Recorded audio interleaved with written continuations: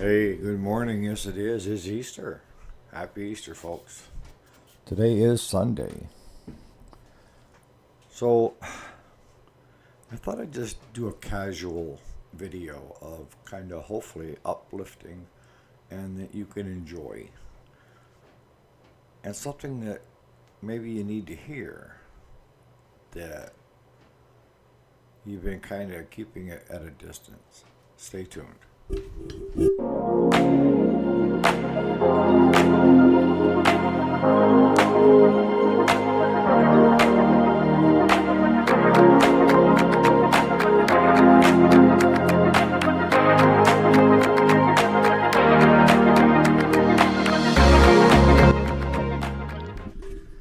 right, so welcome back. If you don't already know, my name is Eric.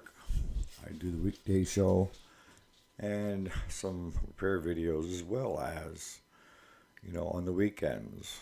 Um, I try to find things that I hope interest you. And I try to keep it lighthearted. And I think that's kind of the theme of today is whatever is bothering you today, you need to let it go, okay? It's Easter.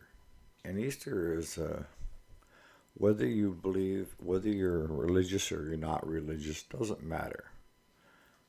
Because Easter means something different to everyone, okay?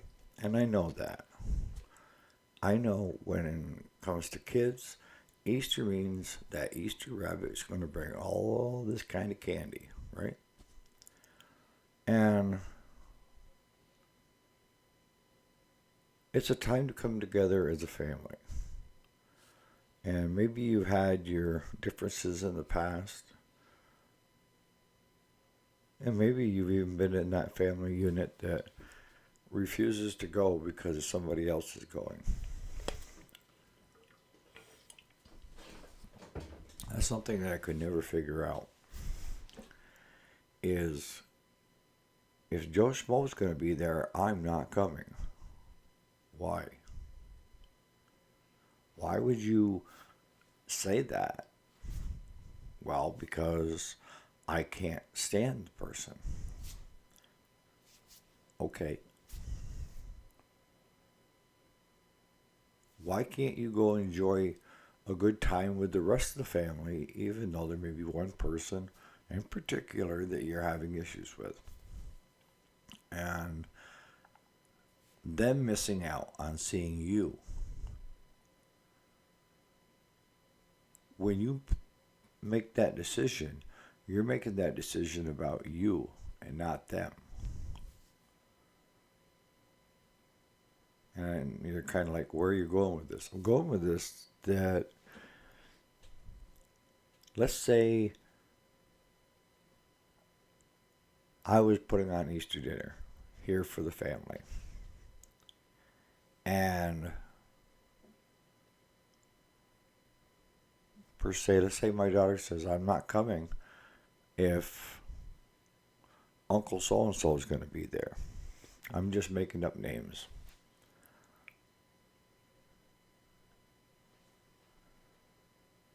You're putting me in a position of why I'm trying to put together a meal and a good time for the family. And this looks like a little bit of drama going on here. And it could be all drama. Maybe that's why my daughter wants nothing to do with this person. I don't know. But what I do know is that if she doesn't come, then the kids don't come. Right? And her fiance doesn't come. Well, now you just lost out on a good portion of your family. Over what? Do you tell Uncle so and so he's not wanted the dinner? What I'm getting at is everybody needs to rise up a little bit and put their differences aside for at least a day. If there's a disagreement, agree to disagree. If the person is obnoxious, stay away from him or her. Avoidance is the best. Enjoy the time with the rest of the family and let somebody else deal with them. I guess is what I'm getting at. All right, so as you can see, I got my mic fixed. Yes, Jason, I did a compression test on it this morning, which I did the intro to the intro, and then I listened to it to make sure that there was actual noise coming through the mic. So that made my day so far. It doesn't take a lot to make me happy because I don't chase things, material things, because material things never make you happy in the end. It may make life a little easier at times or more enjoyable, but in the end, usually bites you in the ass. And one of my biggest pet peeves when it comes to Easter is the big box stores. And they're getting the Easter candy out just after Christmas. And I'm thinking, enough is enough. We can't even get through Halloween without having Thanksgiving stuff. We can't get through Thanksgiving or even the end of Halloween and we're doing Christmas stuff. It just seems like the retailers are going longer and longer and longer trying to get more sales. But when it comes to the Easter stuff, that is one way they capitalize. And I know it's a well-known practice. It's a bait and switch type thing. Because they know there's people like me that try to buy ahead. I don't wait till the last minute. So I'm going to buy ahead the Easter candy for the kids and the grandkids. But what ends up happening with it having them out so early is the bag gets opened. And then what happens is every time I turn around, I'm grabbing a couple of little candy bars out of that bag. And then, unbeknownst to me, the bag is just about empty.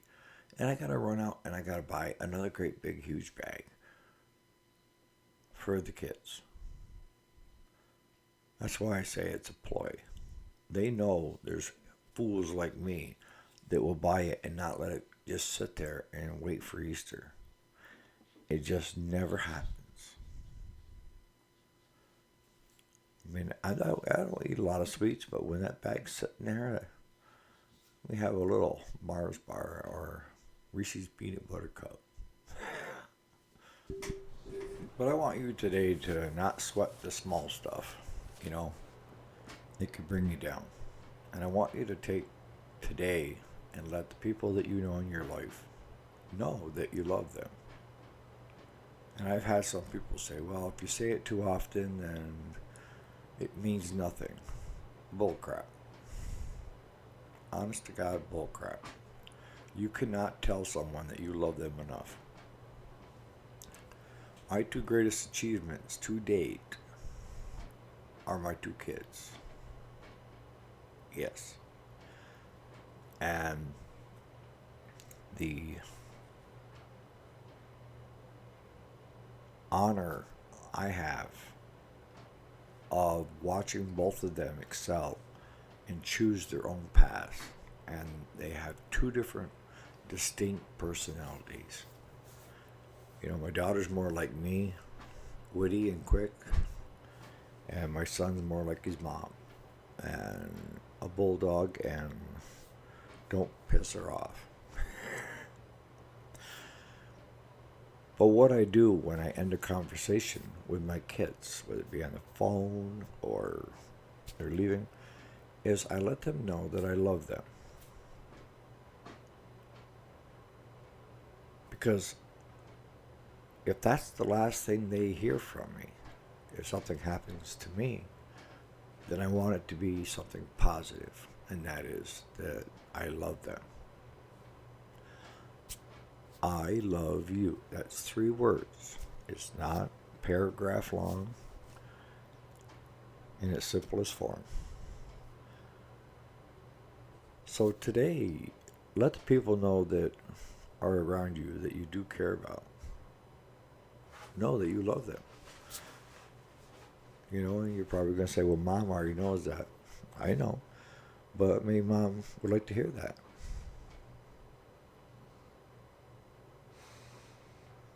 I see so many families that are standoffish, that don't hug, you know, more of a shake the hand. And I've always been a hugger. Yeah, the big teddy bear. And my father-in-law, he used to call me, oh yeah, you're the hugger son-in-law, huh? They lived in Yonkers, and when I first met them, you know, you gotta love them. Really, really good people. And but they weren't very emotional, touchy feely. It was, you know, at a distance. And when they met me, I was the oddity. I was from upstate New York, down in the city, meeting my future in-laws. And I hugged everybody, including my father-in-law. You know, at first he was kind of like, but as time went on, and then I started watching the dynamics of them hugging each other now that never took place before. And then I started hearing the words, I love you, quite a bit more. And it's that they had never been shown there's other ways to show your affection towards the people that you love.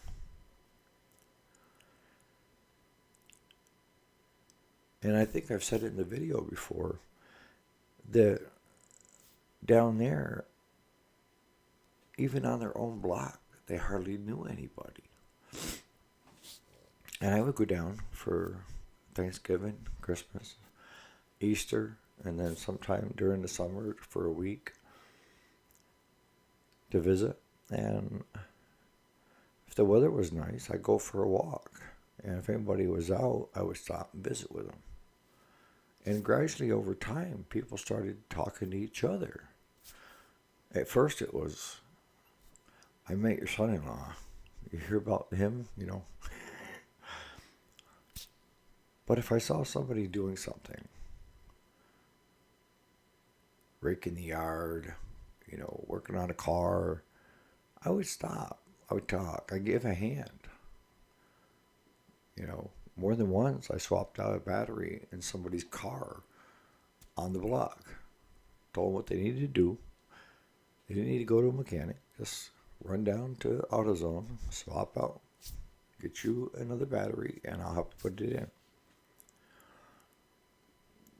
And they were always amazed when they would come up here to visit, because they'd come up here for the fall foliage for a week or two, where they could drive up through the Adirondacks and see all the different colors.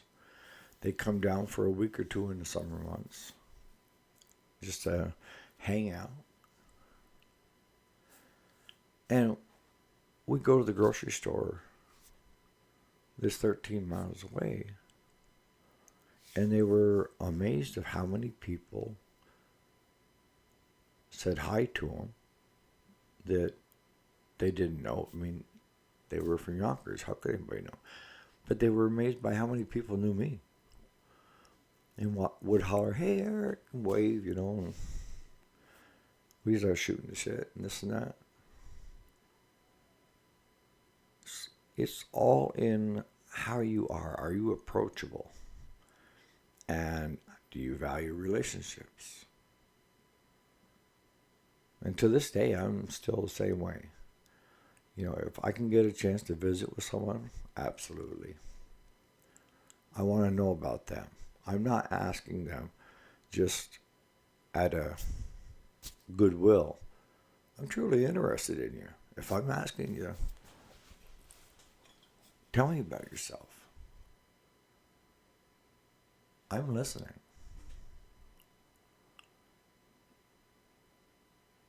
And I took that of being the huggy person and the affection person prior to starting up the repair business. I just carried that over to the point of where I wanted to know my customers.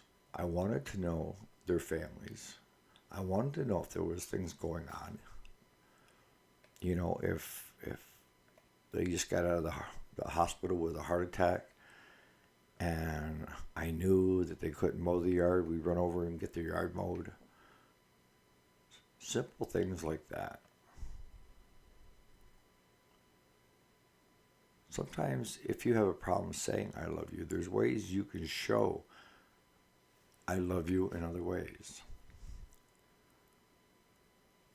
And people can tell if you're truly interested in them or if you're just blowing smoke up their ass. Most people can. So you can't fake it till you make it. You just got to be truly interested in people.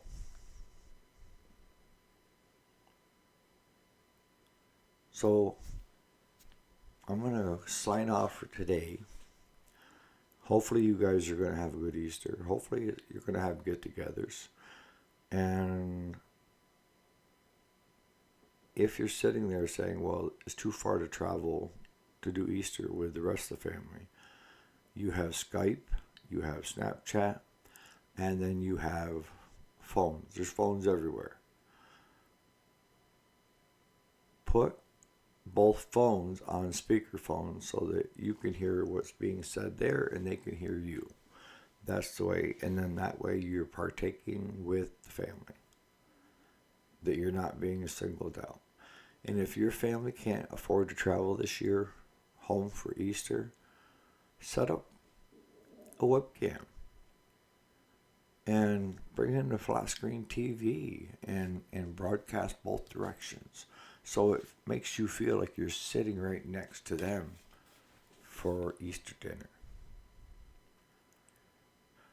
So on that note, you guys have a great Easter, and we'll catch you here bright and early tomorrow morning. We got all the mowers knocked out, the rototiller knocked out, and I took in 4 weed eaters yesterday for YouTube projects, I guess, because they didn't look too healthy. 2 of them didn't. We'll catch you tomorrow.